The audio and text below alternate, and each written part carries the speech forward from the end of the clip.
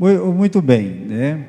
Dá uma olhada no versículo 23, meus irmãos. O versículo 23 diz assim: ora, não só por causa dele quem? Abraão, é que está escrito que lhe fosse tomado em conta, mas também por nós, a quem será tomado em conta? Os que cremos naquele que dentre os mortos ressuscitou a Jesus, o nosso Senhor. Então, o apóstolo aqui, ele mostra para nós como é importante entender que a salvação, que a justificação, ela vem pela fé. Isso aqui, irmãos, parece uma repetição constante. O tempo todo parece que está falando sobre isso. Não é o tempo todo falando sobre isso. O livro de Romanos, o tempo todo fala sobre isso. A ênfase ali é que nós precisamos do Evangelho, nós precisamos crer no Evangelho, e crer no Evangelho é crer no Senhor Jesus Cristo. Ali está a salvação de todos os pecadores. Por isso é tão importante, ele está falando só, vocês acham que é só por causa de Abraão que está escrito isso? Não, é por nós, é por nós. A grande dificuldade no tempo de Paulo para os judeus era fazer os judeus entender que Jesus Cristo ressuscitou.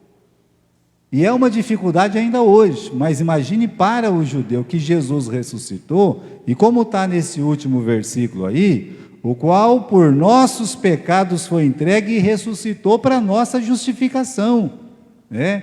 Então a ressurreição de Cristo está ligada diretamente ao nosso ato de ser justificado por Deus. Portanto, irmãos, desde o começo, quando nós estamos estudando, falando dessa necessidade do Evangelho, estamos aí, né? Nós temos aqui hoje, segunda parte, a justificação de Abraão. Pode pular, meu filho, né?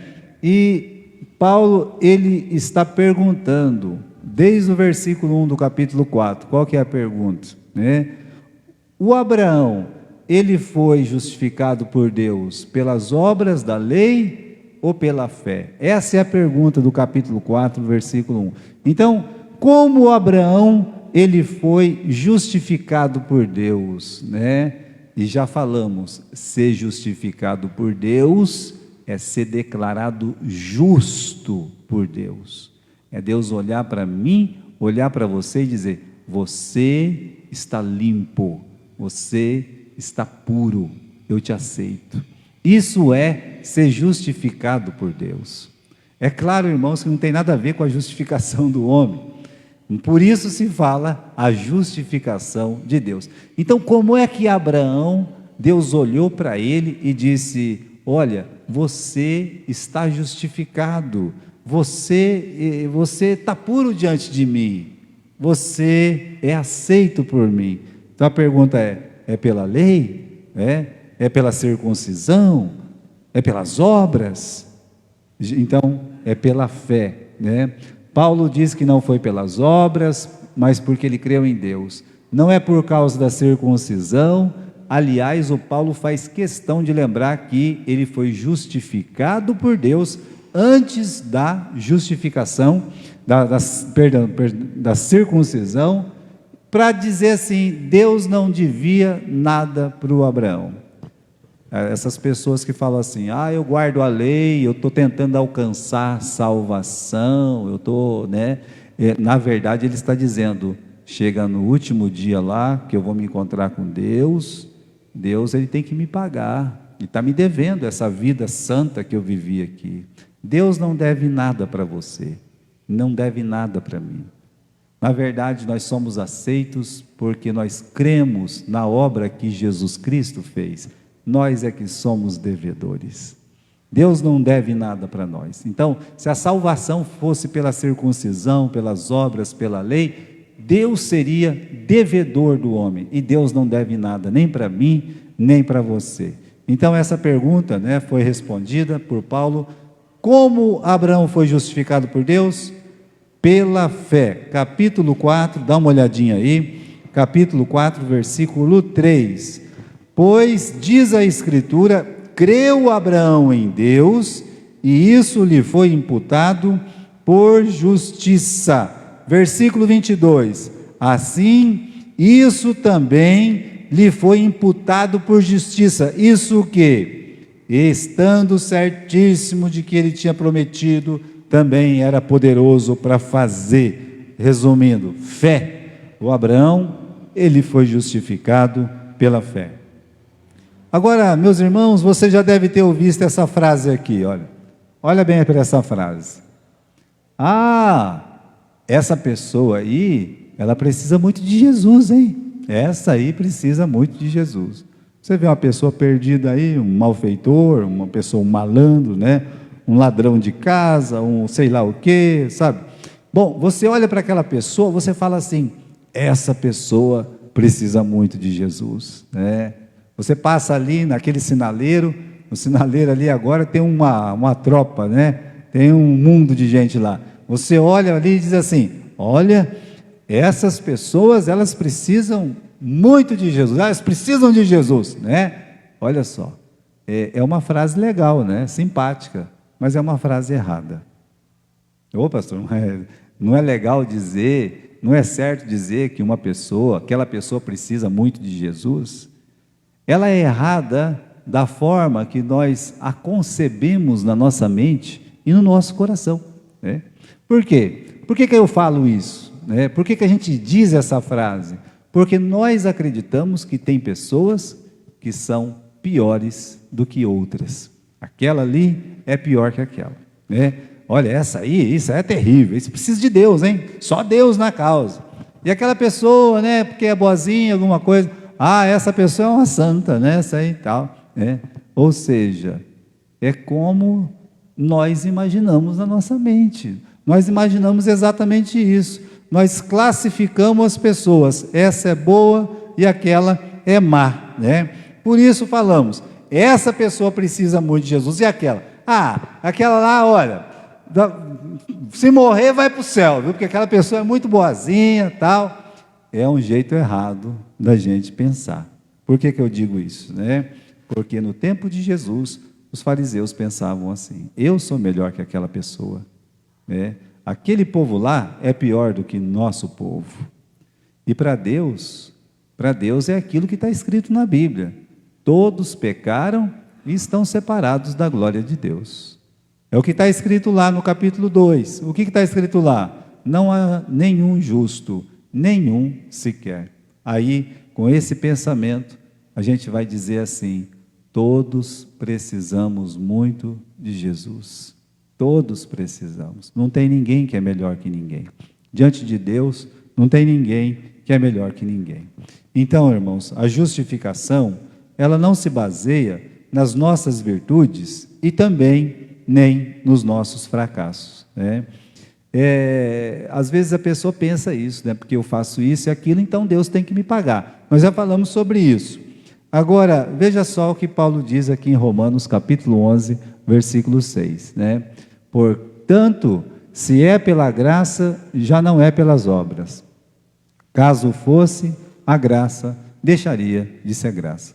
Se uma pessoa é salvo pelas obras, se uma pessoa é salva pela lei, se ela acha que ela é salva porque ela foi circuncidada, ela é salva porque ela acha que ela é boa, que ela é melhor do que outras pessoas, então Paulo está dizendo, Deus está dizendo, se é pela graça, não é pelas obras. Caso fosse, a graça deixaria de ser graça.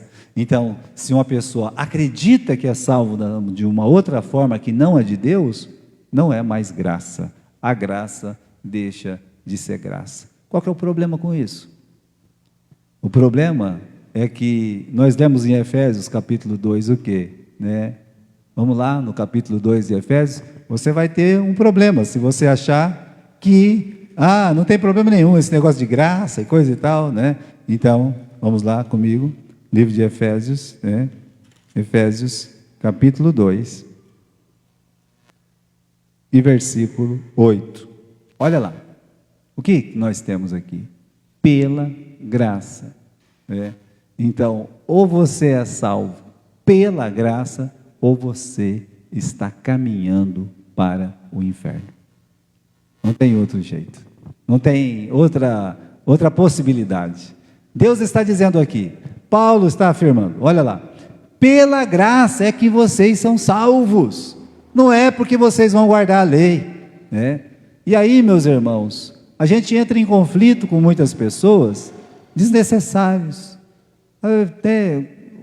Eu já falei para vocês, aquele rapaz muito educado, muito gentil, que me procurou muitas vezes lá no Morumbi para tentar me convencer da salvação pela lei, etc, etc.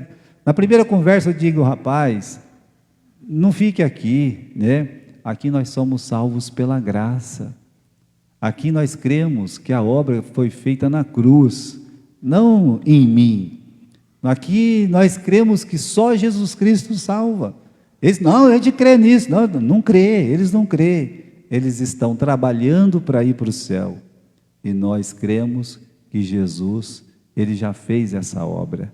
Ele já fez esse trabalho. Ele já pagou, Ele já comprou a nossa salvação. Só para terminar de ler aí, no capítulo 2, versículo 8, pela graça sois salvos, por meio da fé. Isso não vem de vós, é um presente de Deus. Não vem pelas obras, para que ninguém se glorie.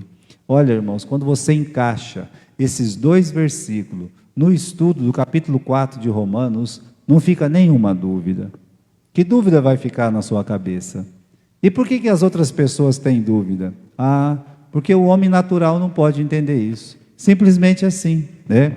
Não pode entender. Então a nossa justificação não é baseada no que eu fiz, nas boas obras que eu fiz. Só que tem um outro detalhe, que é importante também, que a nossa justificação também não se baseia em nossos fracassos espirituais.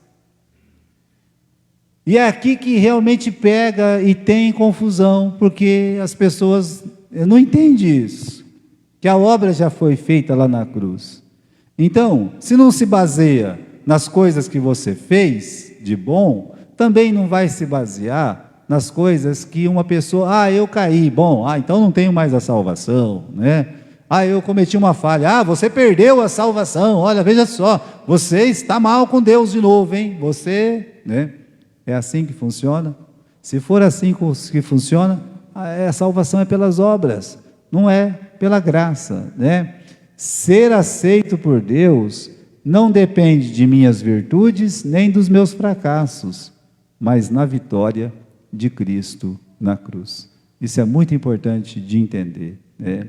Você é aceito, não é por causa das suas vitórias, mas nem por seus fracassos, mas pela obra que Jesus Cristo fez. A vitória de Cristo é a nossa vitória. Então a minha posição diante de Deus não é baseada no meu desempenho, mas no desempenho de Jesus. Isso se referindo à salvação. Então, não é o seu desempenho que conta, é o desempenho de Jesus lá na cruz. Não foi você que foi aceito lá na cruz, foi Jesus Cristo. E você é aceito em Cristo, na obra que Cristo fez, não na sua própria obra. Bom, vamos continuar aqui, né? O Abraão, ele recebeu um presente, vamos ali no versículo 13, que nós lemos, porque a promessa de que ele havia ser herdeiro do mundo não foi feita pela lei a Abraão. Então, esse presente maravilhoso que o Abraão ganhou, né? Que presente que foi esse? Ele ganhou o presente de ser o herdeiro, né? O mundo inteiro, olha, você vai ser, né? Todas as nações serão benditas da terra, vão ser benditas em ti. Então foi um presente maravilhoso que ele recebeu. Agora, como é que ele ganhou esse presente? Novamente o Paulo fala o quê? Não foi herdeiro do mundo porque guardou a lei. Não foi, não tinha lei ainda para ele guardar, né? Então tinha só a lei natural, mas não essa aí. Então nem Abraão, nem seus descendentes, que já haviam recebido a lei, se tornaram herdeiros das promessas por guardar a lei. Mesmo os judeus, eles receberam a terra prometida de presente para Deus. Não foi pelo desempenho, não, né? Aliás, meus irmãos, se fosse pelo desempenho, eles não teriam entrado lá. Lembra E antes deles entrar lá, eles pecaram contra Deus e morreram todos no deserto. E aquela outra geração, que era filhos deles, Deus colocou lá. Então não é uma questão de desempenho, nem esse prêmio, nem esse presente que Deus deu, essa herança que Deus deu. Então, olha lá, continuando, né? A explicação aqui é simples. Se os que são da lei são herdeiros, logo a fé é vã e a promessa não tem sentido, no versículo 14. Então, se realmente eu recebo alguma coisa de Deus pelas boas obras que eu faço, então a fé não tem sentido, a promessa não tem sentido. Não teria nem sentido, nem teria, meus irmãos, continuidade as promessas de Deus. Eu quero dizer para você que se dependesse de Abraão, ele não teria sido nada neste mundo. Absolutamente nada. Porque Deus prometeu um filho para ele. Vocês lembram que Deus prometeu um filho para ele? E ele acreditou. E ele teve fé. Só que o que aconteceu com a fé de Abraão? Caiu. O que acontece no capítulo 16? Por exemplo, ele é chamado no capítulo 12. E no capítulo 12 ele já sai da terra prometida. Deus não mandou ele sair de lá. Então ele já caiu no capítulo 12. No capítulo 13 ele tem uma briga lá com o sobrinho, cada um vai para um lado, discute, vai longe. No capítulo 14 sim, ele se mostra fiel, vai lá, batalha as guerras do Senhor. E no capítulo 15 Deus dá a promessa de novo, ele fica reclamando, eu não tenho filho, tal, né? E Deus fala, não, né? Mas das tuas entranhas vai nascer, né? O herdeiro. E a Bíblia diz que ele creu e isso foi imputado como justiça. Só que no capítulo 16, quem é que nasce? No capítulo 16, o bastardo lá, o Ismael, fruto da desobediência e da incredulidade. Então, meus irmãos, se fosse por merecimento, o Abraão, ele não teria sido nada, ele já teria caído logo no começo. É que Deus prometeu, e se Deus prometeu, ele cumpre, ele vai, ele faz, mas não é porque o Abraão, ele era uma pessoa invencível, impecável. Não, não, não. Pelo contrário, ele era um ser humano como nós somos. Mas Deus fez uma promessa e cumpriu a promessa. E o mais importante, ele creu na promessa. Então, meus irmãos, continuando aqui, capítulo 4, diz aqui no versículo 16: portanto, é pela fé, para que seja segundo a graça, a fim de que a promessa seja firme a toda a posteridade. Não somente a que é da lei, mas também a que é da fé que teve Abraão, o qual é pai de todos nós. Então você, por ter Cristo, por crer em Cristo, o Abraão é seu pai na fé, nesse sentido. Versículo 17, como está escrito, por pai de muitas nações te constituí, perante aquele no qual creu, a saber, Deus, o qual vivifica os mortos e chama as coisas que não são como se já fosse. Deus fez uma promessa para o Abraão aqui, no versículo 17, nós já falamos, por pai de muitas nações eu te constituí. Agora deixa eu dizer, para a mente natural não faz sentido nenhum, a fé, ela não faz sentido para o homem carnal. Isso aí não tem sentido nenhum para ele, Era uma promessa sem sentido. Você olhar para uma pessoa que não pode ter filho, como a Sara, o Abraão, e olhar e dizer assim, não, você vai ser pai de uma grande nação por essa mulher, e aquela mulher não podia ter filho. Então isso para o homem natural não faz sentido. Então ele fala, eu não estou louco, Agora Deus vem com essa conversa aqui. Então, meus irmãos, o Abraão, ele também não tinha terra, e ele morava como peregrino na terra. O livro de Hebreus fala sobre isso. Como assim, pastor? Bom, além dele não ter filho, ele também não tinha terra. Ele não era dono de terra nenhuma. A única terra que ele teve nesse mundo, qual que foi? Foi a cova de Maquipela. Ele comprou um túmulo para a esposa dele, que depois ele foi enterrado também. Mas ele não tinha terra. Ele não tinha. Ele morava lá naquele lugar, a mulher morreu. E agora? Como é que eu vou enterrar minha mulher se eu não tenho terra? Então ele teve que comprar aquela cova. Agora, isso é um absurdo para a mente carnal. Um homem que a esposa não pode ter filhos, um homem que não tem terra nenhuma nesse mundo, aqui está dizendo que vai ser pai de uma grande nação, de multidões, nações vão nascer e isso é um absurdo, né? Porque é um contrassenso. Pois bem, por isso ele teve fé, por isso ele se ultrapassou os do seu tempo, por isso ele olhou e disse, não, eu confio nesse Deus, se ele está dizendo, eu confio. Agora, irmãos, o livro de Hebreus mostra que ele teve fé, sem ver quase nada acontecer. Ele viu o filho dele nascer, o Isaac. Ele viu que o Isaac nasceu e tudo mais, mas e a terra? Ele continuou sendo peregrino aqui neste mundo. Ele continuou sem terra, ele era um sem terra. Então, será que Deus cumpriu um pedaço e não cumpriu o outro? Não. Ele sempre acreditou, ele sempre creu que Deus ia dar uma grande nação para ele e que ele seria dono de toda aquela terra que o seu pé estava pisando. Ah, mas quem é dono aqui é o amorreu.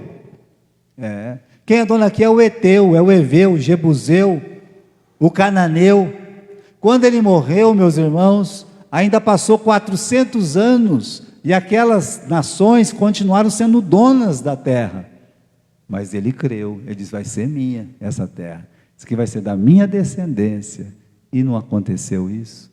Então, para quem, meus irmãos, não tem fé, é um absurdo. Por isso, a fé não faz sentido nenhum para o homem natural, né? As promessas de Deus não faz sentido para o homem carnal. Falar que Cristo é o poder de Deus para a salvação, isso não faz sentido para as pessoas da rua, isso não faz sentido para um religioso de carteirinha, não faz não. Não faz dizer, Cristo é o poder de Deus para a salvação, creia em Cristo e será salvo, tu e a tua casa. Não, eles não aceitam isso aí, não, é muito fácil demais, né? Não é fácil, é difícil, porque tem que ter fé, tem que crer. O exercício da fé não é fácil não, a gente vai ver alguma coisinha hoje sobre isso, né? Continuando aqui, falar que recebemos dons espirituais depois de salvos, eles não acreditam nisso também. E o crente, depois que ele entrega a vida dele para Jesus, então Deus, ele realmente equipa ele, Deus, ele dá poderes sobrenaturais para essa pessoa, isso é uma verdade. A coragem que ele recebe de pregar a palavra, dons espirituais que vêm sobre ele, então a mente carnal não entende isso. Falar que a gente pertence ao corpo vivo de Cristo, olha, a igreja que eu pertenço é o corpo vivo de Jesus, então o ímpio, o incrédulo, ele não pode entender isso aí, e também não pode entender que Jesus voltará. Jesus está voltando, isso é coisa dos biruta dos crentes, né? Não já se viu, daqui a pouco vai ter um arrebatamento, Deus vai levar as pessoas, esse mundo vai ficar com gente aqui, esse povo vai sumir. Pois bem, né? É a fé, é o que nós cremos, é o que a palavra de Deus diz. E tem uma coisa, a palavra de Deus nunca falhou, né? E não vai ser com a gente que ela vai falhar. Vamos lembrar um rapidinho, né? Porque depois do versículo 17, o apóstolo Paulo faz um desdobramento da fé do Abraão. Olha aí, ele diz assim, no versículo 17, que Deus, lá no meio do versículo, né? O qual vivifica os mortos e chama as coisas que não são como se já fosse. Ele creu nesse Deus, tá? Ele creu nesse Deus. Agora, fé inicial. Ele creu na promessa de Deus e deixou tudo para trás, né? Uma vez eu li, e eu achei muito interessante essa frase, eu nunca mais esqueci. Diz assim, uma coisa é ter fé a princípio e crer, outra coisa é continuar crendo conforme os dias vão passando. Aquela fé inicial de Abraão, ele creu, ele largou tudo, sabe, deixou tudo e foi para a terra que Deus prometeu. Só que você olha para o começo e o fim da vida dele, é assim. No final das contas ele permaneceu firme, com os altos, com os baixos, com os altos e os baixos, mas você vai perceber que uma coisa é a pessoa falar, eu tenho fé em Jesus, daqui a pouco essa pessoa some da igreja, essa pessoa desaparece, volta para o mundo, faz coisas terríveis, como se nunca tivesse conhecido Jesus.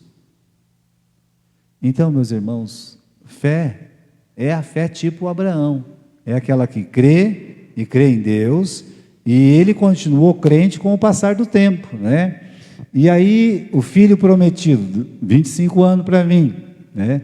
Ele mostrou ao filho um Deus de promessas, mesmo que não era dono de meio metro da terra de Canaã. Ele foi colocando isso no coração do filho dele, olha, você vai ser dono dessa terra. Aí o filho dele colocou na cabeça dos netos, olha, vocês vão ser dono dessa terra. Aí o Jacó coloca na cabeça dos filhos, olha, vocês vão ser dono dessa terra. E os filhos colocam na cabeça dos seus filhos. Uma geração, 400 anos de distância, e eles não perderam a fé. Essa é a fé tipo Abraão, né? Uma fé firme. Versículo 18, não somente isso, né? Tem o segredo da fé de Abraão aí, diz que ele em esperança creu contra a própria esperança. Estranho isso, né? Em esperança, creu contra a própria esperança. É porque no meio do caminho, parece que as nossas esperanças vão embora. Parece que alguma coisa acontece, uma tristeza, uma angústia, e a gente vai perdendo as esperanças. Aí ele diz, em esperança ele creu contra a própria esperança. Nascia dentro do Abraão uma esperança que lutava contra a desesperança que vinha contra ele ali, para dizer muitas vezes, está vendo, Deus ainda não te deu nada, como a Sara falou para ele depois de 10 anos, Deus me tem impedido de ter filhos, toma minha serva Agar e tenha um filho com ela. É nesse sentido, irmãos, que vem coisas, que acontecem coisas na nossa vida, que vêm para atormentar essa nossa fé, e aí, em esperança, ele creu contra a desesperança. Como é que está escrito aqui? Né? Vamos no versículo 18, né? Em esperança, creu contra a esperança, tanto que ele tornou-se pai de muitas nações, conforme o que fora dito, assim será a sua descendência. Então, primeiro isso, em esperança creu contra a própria esperança. Segundo, ele não enfraqueceu na fé, versículo 19, não enfraqueceu na fé, nem olhou para o seu próprio corpo já amortecido, pois era de quase 100 anos, nem tampouco para o amortecimento do ventre da Sara. Ele não duvidou da promessa de Deus por incredulidade, então ele não enfraqueceu na fé, né? A gente fica fraco quando a gente fica olhando em volta, olhando ao nosso redor, aí a gente fica fraco. Você está firme na igreja, está servindo a Deus, aí vai acontecendo coisas ao redor, coisas que acontecem na sua vida, coisas que acontecem na vida de pessoas que você ama, coisas que acontecem lá no seu trabalho, coisas que acontecem na sua escola, coisas que acontecem com seus amigos, aí ficamos olhando. Olha, o Abraão, ele não podia olhar para ele porque ele já estava velho. Se ele olhasse para ele, ele ia duvidar, enfraquecer. Se ele ficasse olhando, minha mulher já tem 90 anos e tal, né? Então não dá. Então, em vez de olhar para si próprio e ficar olhando para o problema da esposa, para o seu problema, para a idade de cada um deles, ele preferiu olhar para Deus. Não, vou olhar para Deus. Eu ainda tenho olhos para olhar para Deus. Veja, ele esperou 25 anos pelo filho. Mas sabe quantos anos ele viveu junto com o filho dele? 75 anos. 75. Poucas pessoas conseguem viver 75 anos com seus filhos, né? Quem que consegue viver 75 anos com seus filhos? Porque ele teria que morrer mais ou menos com 95 anos de idade. Não é verdade? Para dar certo? E quem é que vive até 95 anos? Pois bem, demorou? Demorou, mas ele viveu bastante com o filho dele. Por isso, meus irmãos, ele não duvidou, né? Ele não duvidou, ele não enfraqueceu, só olhou para Deus. Ficar olhando para trás só, você não pode mudar as coisas lá atrás.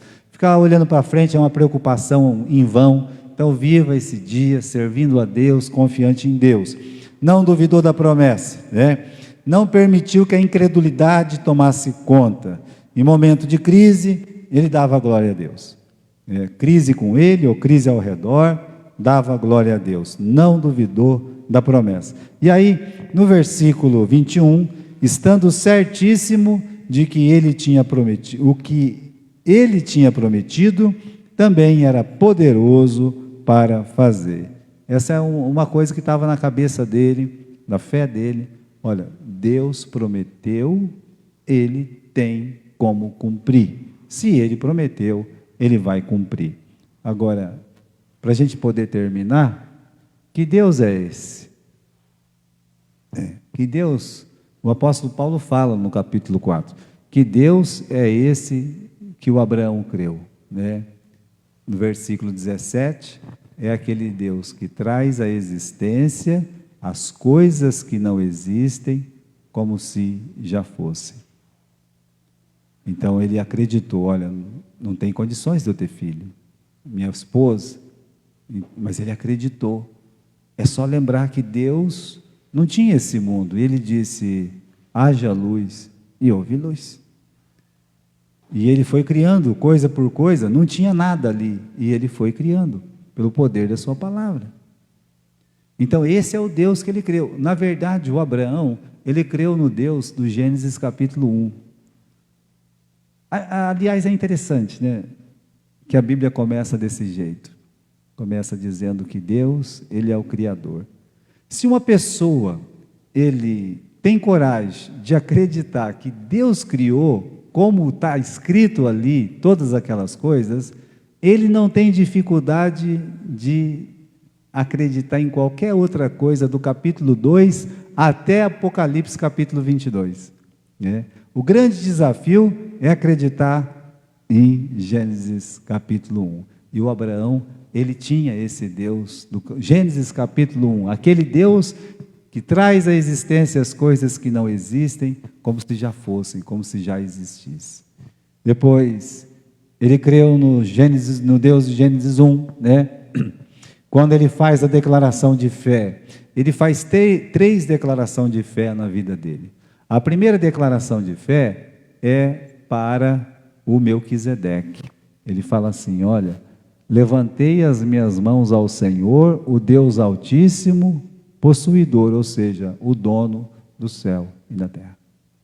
Então, quando ele foi falar com Melquisedeque, ele falou assim, olha, eu tenho esse Deus aqui, o meu Deus Altíssimo, que mora no céu. Ele é dono do céu, ele é dono da terra. Então, ele já está jogando Deus lá para Gênesis 1. É esse Deus que ele crê. Depois, ele teve uma outra declaração de fé, né, que foi para o seu filho. Quando o filho perguntou, pai, né, não tem aqui, não estou vendo o animal para o sacrifício, né, onde é que está o cordeiro? Aí ele diz, Deus proverá para si um cordeiro. E depois ele levantou um altar e ele chamou aquele lugar do quê? De Deus proverá. Olha, ele acreditava nesse Deus. E depois, o Deus dos céus e da terra, né? O que nos chamou para a sua graça, tem seus anjos para nos ajudar, como ele ensinou para o seu servo Eliezer. Quando ele chamou Eliezer, ele falou assim, Eliezer, veja só, né?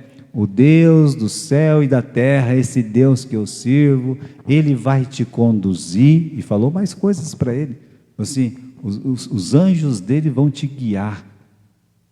Então, é esse Deus, é nesse Deus que ele está crendo desde o começo. Meus irmãos, que Deus é esse que a gente crê? É importante você definir que Deus que você crê. Porque o Abraão estava bem definido no Deus que ele acreditava. É um Deus possuidor dos céus e da terra. É um Deus que providencia aquilo que você precisa. É um Deus que te guia pelo caminho, como aconteceu com Eliezer. Então, vai definindo esse Deus. Você precisa definir, você tem que ter uma definição desse Deus que você crê. E essa definição tem que estar dentro da sua palavra. Tudo que o Abraão fala está dentro da palavra do Senhor. Ele acreditava no Deus da Bíblia. Então, esse Deus é um Deus maravilhoso. Ele prometeu e Ele cumpriu. E a gente pode crer nesse Deus, o Deus de Abraão. Nós temos um hino, que é aquele 14, ao Deus de Abraão louvai. É muito lindo esse hino. E nós aprendemos muito, meus irmãos, com Abraão nesse sentido. Qual que é o histórico lá atrás, né? Para ele crer? Não tinha uma igreja lá para ele crer na época. Não tinha Bíblia como nós temos hoje aqui para ele crer na época. Olha as dificuldades. Só aquela voz que veio dos céus e disse a Abraão: sai da tua terra, da tua parentela e vai para uma terra que eu vou te mostrar. Uma simples ordem, uma simples palavra, e ele criou fé. Ele foi justificado por Deus pela fé. É a mesma coisa, meus irmãos, na nossa vida. Como cristãos, olha, se você quiser correr para o lado das obras da circuncisão, da lei, não tem problema nenhum. Mas se você quiser correr junto com Abraão e quer ser um filho de Abraão, é pela fé. Não tem outro jeito. É justificado pela fé.